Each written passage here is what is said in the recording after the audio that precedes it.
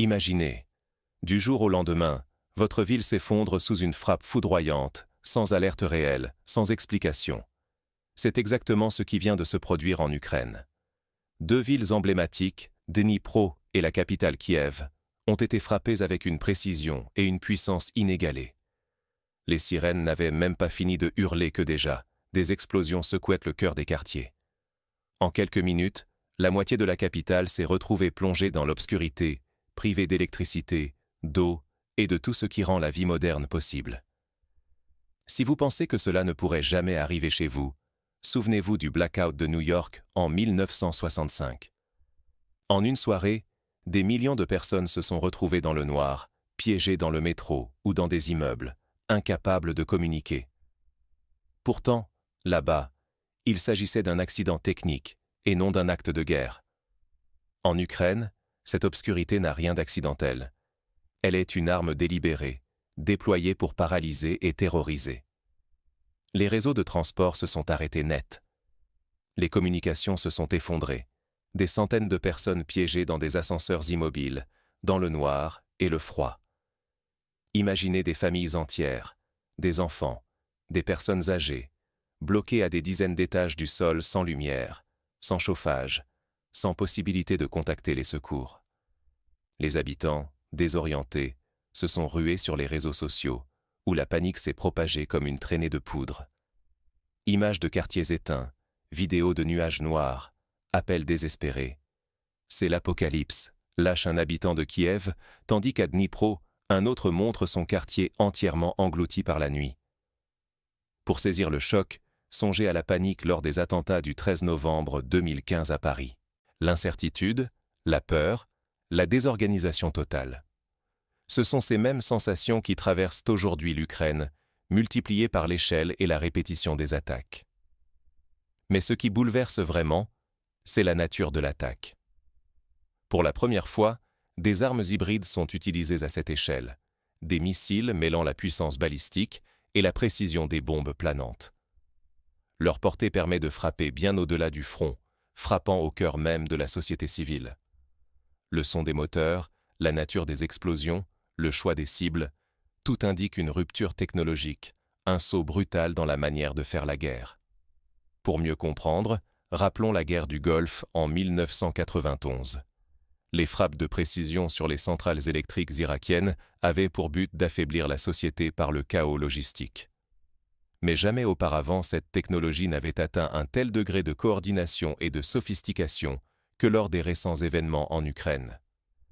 Les autorités, prises de court, ont dû admettre publiquement qu'il s'agissait d'une offensive d'un genre inédit. En l'espace de quelques heures, la vie s'est figée. Les files d'attente devant les rares taxis ou bus s'étendent sur des centaines de mètres. L'eau disparaît, les paiements ne passent plus, chaque déplacement devient une épreuve. Ce n'est pas seulement l'hiver qui inquiète, c'est la capacité même de la société à rester debout. Car sans énergie, tout s'effondre. Lumière, chaleur, hôpitaux, communication. Pour illustrer, souvenons-nous de l'hiver 2012 en Roumanie, où une vague de froid extrême avait déjà mis à genoux les infrastructures, forçant la population à improviser des solutions de fortune pour survivre. Imaginez cette situation aggravée par des frappes délibérées et répétées. Le plus alarmant, cette attaque n'est pas un cas isolé. C'est un test, un signal, peut-être le début d'une nouvelle phase où l'arrière, autrefois sanctuarisé, devient un champ de bataille. Les conséquences dépassent de loin la destruction matérielle. C'est la survie même des villes et la résilience d'un peuple qui sont désormais menacés. Le 13 octobre, tout a changé. Ce jour-là, la notion de sécurité à l'arrière du front s'est effondrée, révélant une stratégie inédite visant à briser l'Ukraine avant l'hiver. Ce 13 octobre n'était pas un bombardement ordinaire. C'était une démonstration de force méticuleusement orchestrée, un message aussi glacial que l'hiver à venir. Dans la nuit, Dnipro et Kiev ont été frappés en même temps par une vague d'attaques coordonnées, d'une ampleur inégalée jusque-là. De gigantesques panaches noirs ont envahi le ciel, révélant la destruction des centres névralgiques de l'énergie nationale. À peine les échos des explosions s'éteignaient-ils que des quartiers entiers sombraient dans l'obscurité. Les autorités ont vite confirmé, des infrastructures énergétiques cruciales avaient été touchées. Les conséquences ont été immédiates. Le métro de la capitale s'est arrêté net, piégeant des milliers de voyageurs sous terre. Les applications de taxi affichaient des tarifs exorbitants, devenus hors de portée pour la plupart, et des files interminables se formaient aux arrêts de bus, dans les rares rues encore éclairées.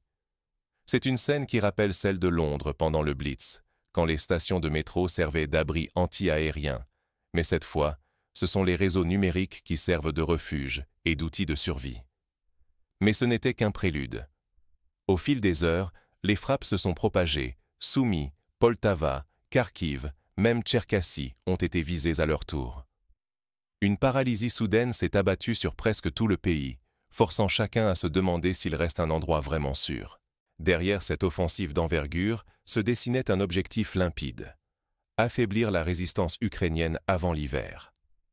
En s'attaquant à l'énergie, à la logistique et à la mobilité, l'ennemi cherche à instaurer un chaos durable, à miner la cohésion collective et à éroder l'espoir alors que le froid s'installe. Les risques sont immenses: effondrement progressif des services essentiels, foyers privés de chauffage, troupes incapables de se déplacer, morale des populations ébranlées. Chaque impact sur l'infrastructure est un coup porté à la survie même du pays et à sa capacité à défendre sa souveraineté.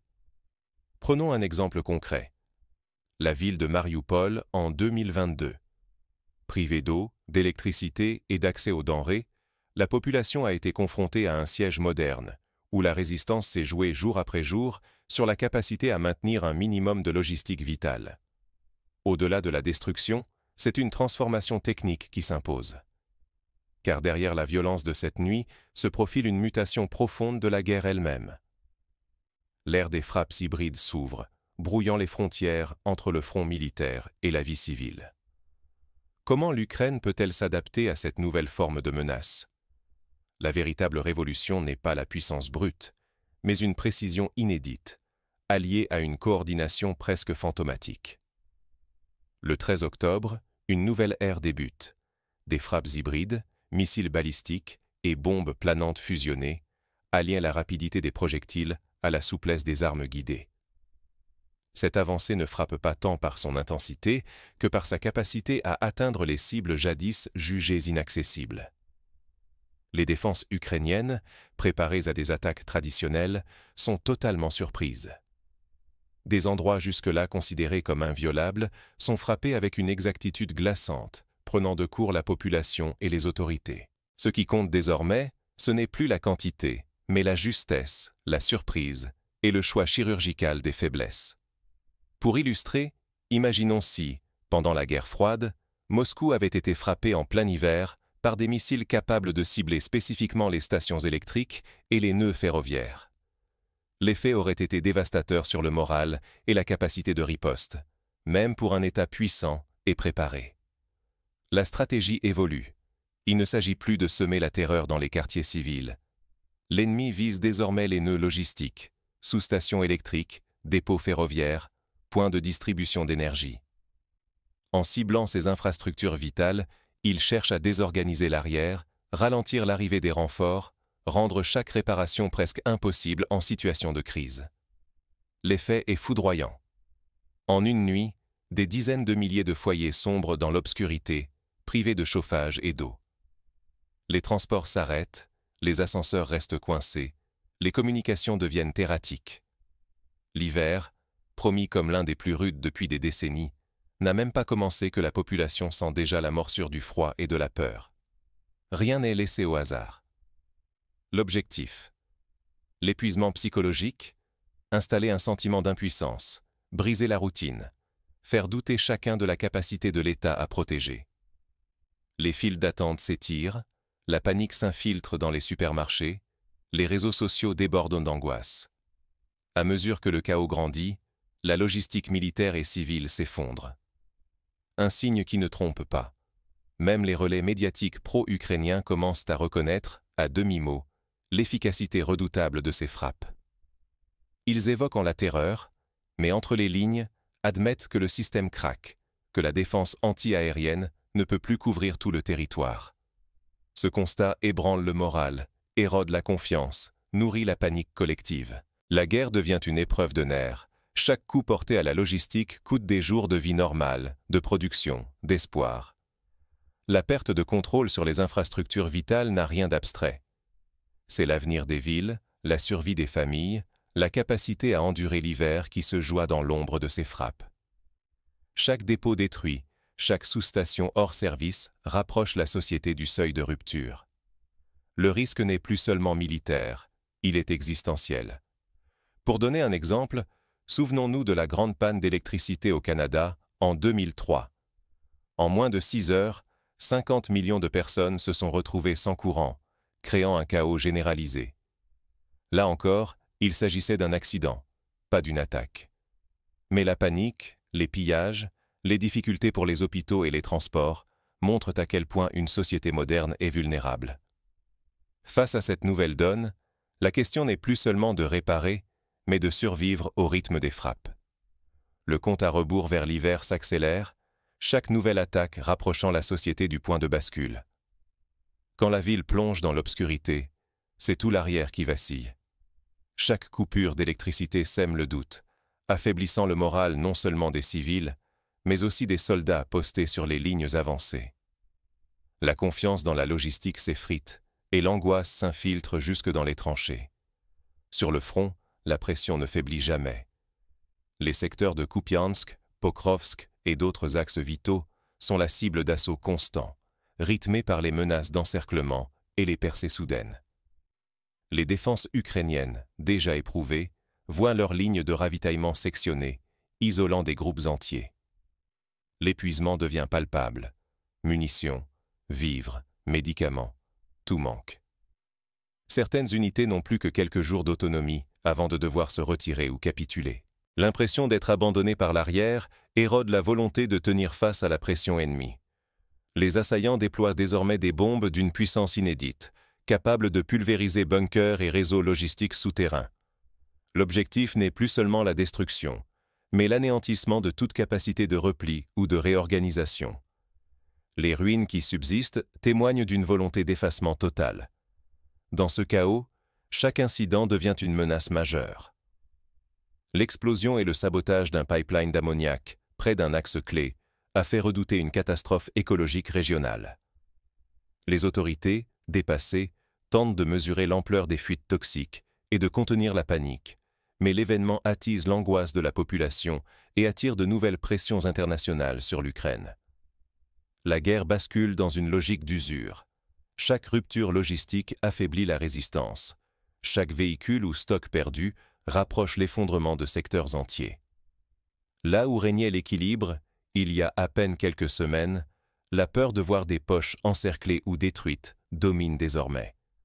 Le risque est énorme. Chute possible de positions tenues depuis des mois, pertes humaines massives et, en cas d'incident chimique grave, déferlante de sanctions ou de pressions extérieures. La survie de chaque ville, de chaque bataillon, ne tient plus qu'à la restauration partielle des flux logistiques et à la capacité d'éviter la panique totale. Dans ce contexte, la moindre faille se paie cher, en vie, en territoire, en crédibilité. Le front n'est plus une ligne continue, mais un réseau de points critiques où chaque attaque contre la logistique résonne comme une alerte fatale. Pourtant, au milieu de ces ténèbres, une question obsède les commandements. Comment inverser la spirale alors que l'hiver approche, implacable? Le froid extrême, ennemi silencieux et implacable, s'apprête à bouleverser la dynamique du conflit. Les météorologues annoncent un hiver d'une violence rare, un gel qui ne survient qu'une fois toutes les 2 décennies.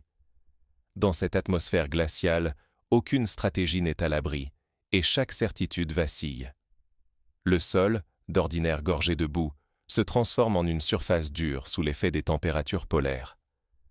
Les blindés et les camions peuvent alors avancer, mais ce progrès a un prix terrible.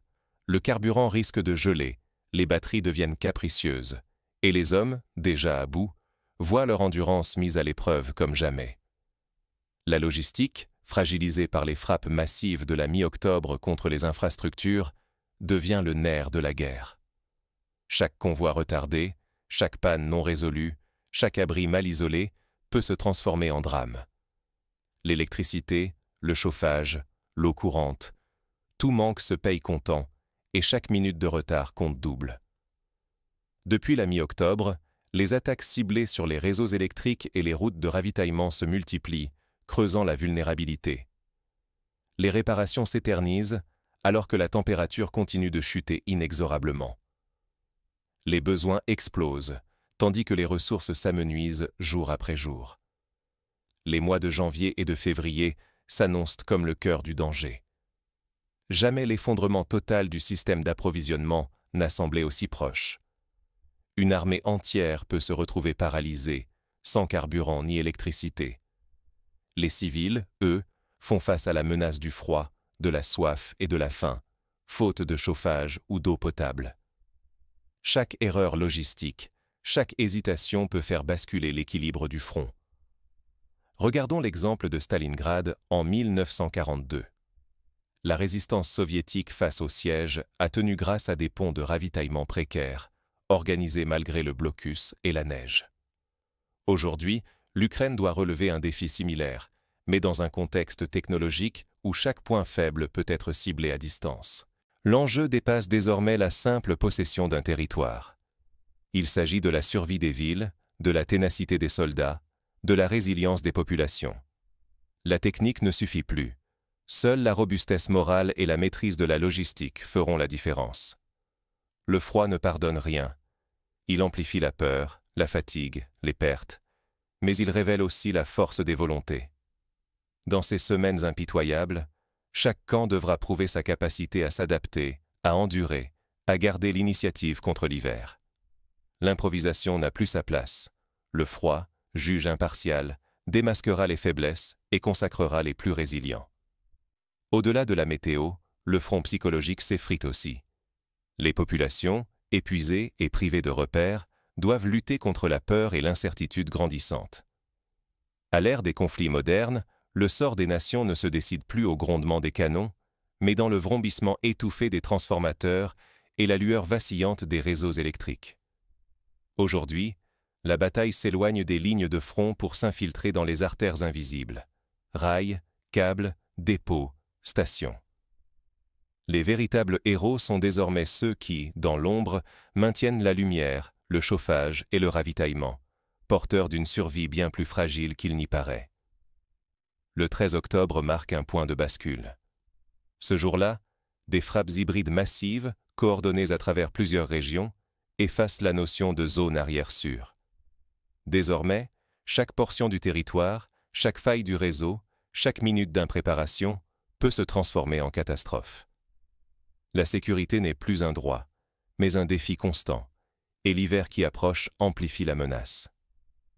La victoire ne se joue plus seulement sur les champs de bataille, mais dans cette guerre souterraine, où la logistique, l'énergie et le moral deviennent les vraies lignes à défendre. Réparer, anticiper, protéger sans relâche, telle est la nouvelle force. Quand chaque kilowatt compte autant qu'un bataillon, quand chaque convoi de vivres pèse aussi lourd qu'un escadron, la moindre défaillance peut tout précipiter dans le chaos. Ignorer ce combat silencieux, c'est s'exposer à l'effondrement.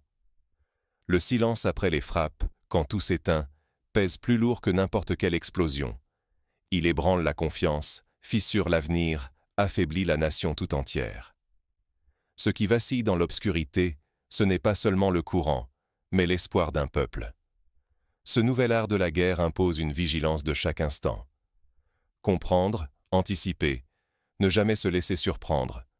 Voilà la seule chance de résister. Car si l'on échoue à s'adapter, ce ne sont pas seulement les frontières qui s'effondrent, mais le tissu même d'un pays. Désormais, la survie dépend d'une coordination absolue, d'un effort collectif pour réparer et protéger ce qui reste, et d'une volonté inébranlable de tenir bon malgré les ténèbres. Ce sont ces batailles invisibles mais cruciales qui forgeront le visage du futur. Comment alors réagir, concrètement, face à cette mutation du champ de bataille? Premièrement, il s'agit de renforcer la résilience des infrastructures. Cela passe par la création de réseaux électriques de secours, de stocks d'eau et de vivres stratégiques, et par la formation de brigades de réparation mobiles. Israël, lors de la guerre du Kippour, avait mis en place des équipes de dépannage capables d'intervenir sur les lignes électriques et les routes en moins de 2 heures, réduisant ainsi la vulnérabilité des arrières. Deuxièmement, il est crucial de développer des systèmes d'alerte précoces, associant technologies civiles et militaires.